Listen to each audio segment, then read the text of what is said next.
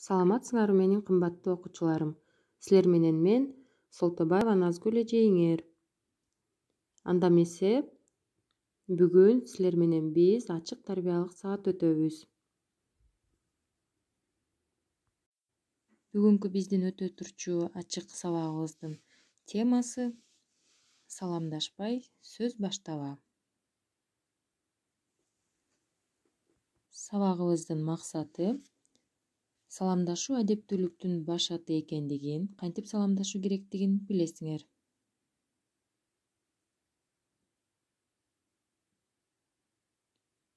Туура саламдаша билүүгө көнүгөсүңөр. Кичипейилдикке, улууларды урматтоого тарбияланасыңар. Бүгүн биз силер менен ачык тарбиялык саатта саламдашпай сөз баштаба жана саламдашуу адеби тууралуу сүйлөшөбүз. Эгерде силердин буга чейин саламдашуу адеби жана анын эрежелери тууралуу маалыматыңар аз болсо, анда бүгүнкү сабагыбыздын жүрүшүндө силер үчүн өтө кызыктуу маалыматтар болмокчу.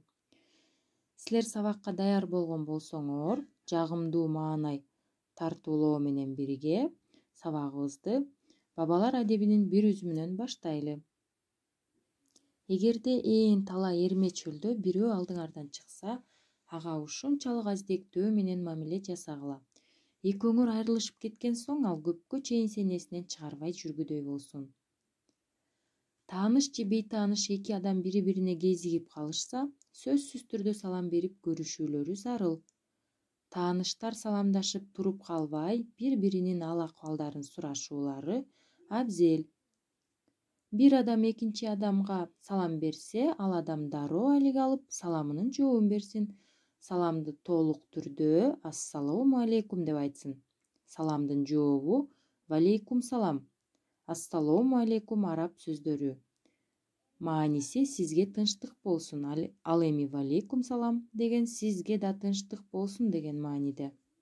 Кыргыз эли кылымдар бою ыйман адепке урматтоо менен бирге аларды аткарууга моюн сунуп келишкен.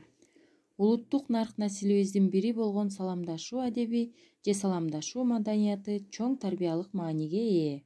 Анткени илгертен эле кыргыз эли саламдашпай сөз баштаба деп уул кызына насаатын айтып келген. Эми биздин азыркы мезгилдеги саламатсызбы, саламатчылык деген амандашуу адебине кайрылсак, бул орус бийлигинин кыргыз жергесине келгенден кийинки башталган учурашуу болуп эсептелет. Анткени кыргыздар буга чейин минтип саламдашкан эмес. Элибизде илгертен эле ассалому алейкум же арыбагыла деген учурашуу сөздөрүн колдонуп келген. Мусулманчылыкта саламдашуу сооп иш катары кабыл алынып, тааныган тааныбагандарга салам айтуу адептүүлүктүн белгиси катары саналат. Ошол эле учурда салам уккан кишинин алик алуусу да маданияттуулук. Анда эмесе кезекти окуучулардын саламдашуусуна берели. Асмандагы ай сымал, акырын басып келемин, издөө салгам калкыма, ийилип салам беремин. Ассалому алейкум, арбаңыздар. Саламдашуу сал деген, саламдашуу балдан тилди какшатып, тилди алкап алалы, агарып таңдын атышы, кызарып күндүн батышы, эзелтеден калган сал деген кыргыздын салам айтышы. Бербеттеп бизге саламды, бекерге бузба санаңды, билим берүүгө ашыккан мугалимдер аманбы. Саламдашуу салт этен, сабылдуу кыргыз элимде, сакты биз да колдойду, салам айтып сиздерге. Саламдашуу салт экен, сабылдуу кыргыз элимде, сакты биз да колдойду, салам айтып сиздерге.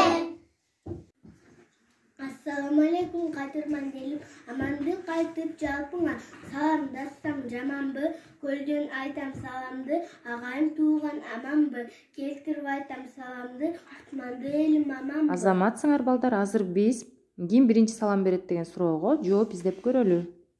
Жашы кичүү болсо улуу адамга, атчан болсо жөө адамга, перзент ата-энесине, басып бара жаткан адам отурган адамга, окуучу мугалимге, жалгыз адам көпчүлүккө биринчи оозунуп салам айтыш керек. Бир адам таанышын алыстан көрүп калып, анын жанына келүүгө ылаажы таппаса, ошол жерден туруп эле колун көкүрөгүнө коюп, же болбосо колун көтөрүп салам ишарасын кылсын.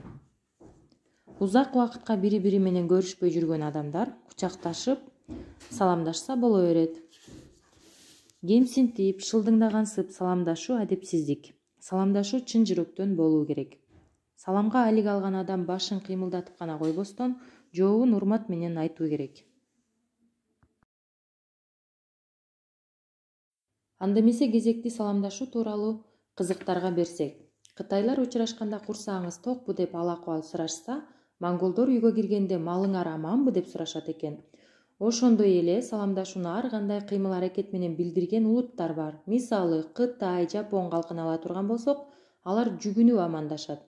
Индиялыктар болсо эки колунун алакандарын бириктирип учурашат. Эң кызыгы, Жаңы Зеландияда мурундарын тийгизип учурашышат экен. Анда эмесе азыр окуучулардын башка тилде саламдашуусуна көңүл бөлөлү. Привет. Чау. Мархаба. Ассаламу алейкум. Hello. Iya. Ола. Кол берип саламдашуу бул адемий салт азыркы күндө да бар. Мунун тарыхына кайрылсак, илгерки доорулордо эки киши жолукса кол берүү же оң колун көтөрүү менен менин сага болгон кастыгым жок, колумда таш дагы, куралым дагы жок деген тынчтыктын белгиси катары саналган.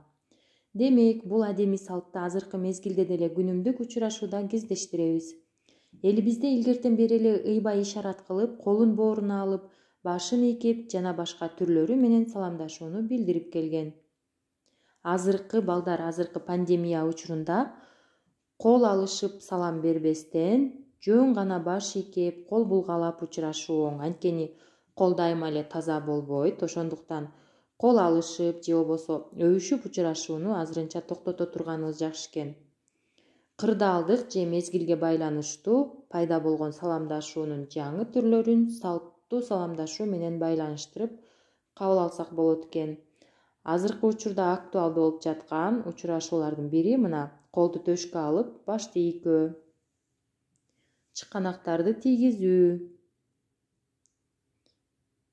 буттарды тийгизип учурашуу же болбосо алыстан туруп эле колду булгалап учурашып коюу. Мына ушу менен сабагыбызды жыйынтыктайлы. Салам айткан сылык, алик алган улук деген жакшы сөздөр менен сабагыбызды жыйынтыктайбыз. Саламатта калгыла.